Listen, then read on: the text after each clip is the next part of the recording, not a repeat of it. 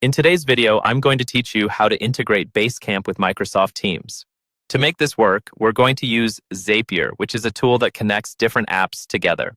Before you start, make sure you already have accounts set up for Basecamp, Microsoft Teams, and Zapier, and that you're logged into all three in your browser. That will make the process much smoother. First, open Basecamp and head to your home area, just so you know which Basecamp account you're connecting and can confirm you're in the right workspace. Once you've confirmed that, switch over to Zapier in another tab.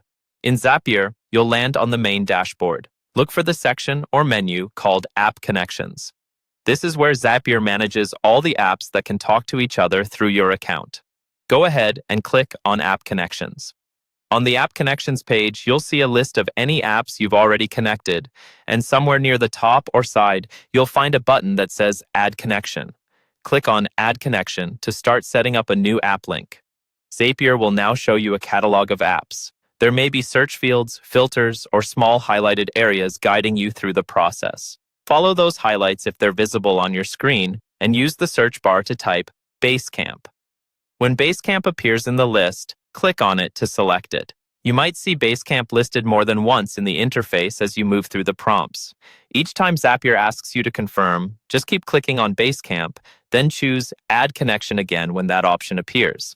This tells Zapier you want to authorize your Basecamp account. At this point, you'll be redirected to a Basecamp authorization screen. Here, Basecamp is basically asking whether you want to allow Zapier to access your account so it can read and create data as part of your automations. Review the permissions, then click Yes, I'll allow access.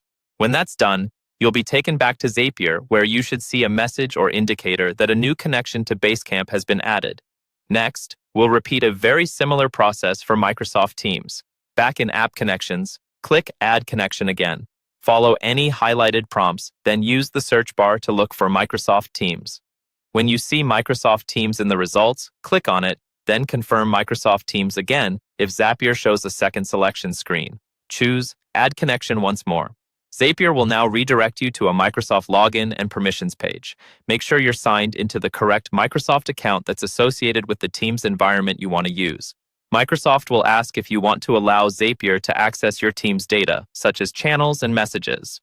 Review the details, then click Yes to grant access. Once you approve, you'll return to Zapier with both Basecamp and Microsoft Teams successfully connected. From here, you're ready to start building Zaps that send updates from Basecamp into Teams, or the other way around, depending on how you want your workflow to run.